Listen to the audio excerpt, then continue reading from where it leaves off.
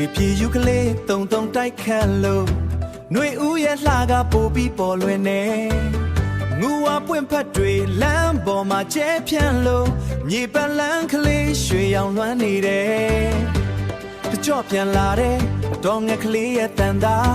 ຫນွေဦးရဲ့တင်တာပဒေသာလို့ဆိုရမလားပတောက်ပွင့်ချိန်ကိုမျောနေကြတဲ့ရင်ခုန်သံများတပြေလုံးလန်းဆန်းစေဖို့အစင်သင်ပါပဲဗျာဟိုးမြောက်ပြန်လေးနဲ့တူပါလာတဲ့တင်ချင်ရဲ့အေးလေးတွေဖြတ်ပတ်လိုက်ပါဦးຫນွေရဲ့ပူကိုအေးမြတ်တာနဲ့စေးကြောစို့ပတောက်ဝါဝါမြတ်စွာဘုရားကိုကတ်လူရင်ပျော်ရွှင်စရာတင်ချင်တော်ကိုကြစို့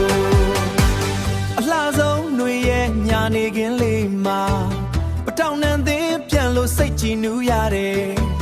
ရွှေရင်အေးလေးတောင်းရင်နဲ့အမောပြေတငယ်ချင်းတွေစုလို့လမ်းလျှောက်ထွက်ကြမယ်မျက်နှာထက်ကသချင်းတန်တွေကြားနေရပြီတင်ကြံရင်ကတွေနဲ့ဝေစားစားຫນွေဦးရဲ့လှတရားဟာတင်ကြံရောက်မှပြေဆုံးတာတို့မြမတို့ရဲ့ချစ်စရာတာကူပြောင်းချိန်ကဟိုးမြောက်ပြန်လေးနဲ့တူပါလာတဲ့တင်ချင်ရဲ့အေးလေးတွေဖြတ်ပတ်လိုက်ပါဦးຫນွေရဲ့ပူကိုအေးမြတ်တာနဲ့စေးကြောစို့တောက်ဝါဝါမြတ်စွာဘုရားကိုကတ်လူရင်ပျော်ရွှင်စရာတင်ချင်တော်ကိုဆင်နွှဲကြစို့ရေတွေပတ်ကြမယ်ရွှဲဆိုအောင်ပတ်ကြမယ်ရန်ကိုတွေအကုန်လုံးရေနဲ့တူမျောလိုက်မယ်နောင်နဲ့တင်မှာ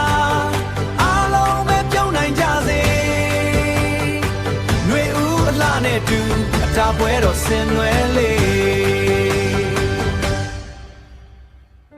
ຫນွေဦးရဲ့ကြပြတင်ကြံမှာလှပါစေမြမတာထာဝစဉ်အေးမြပါစေ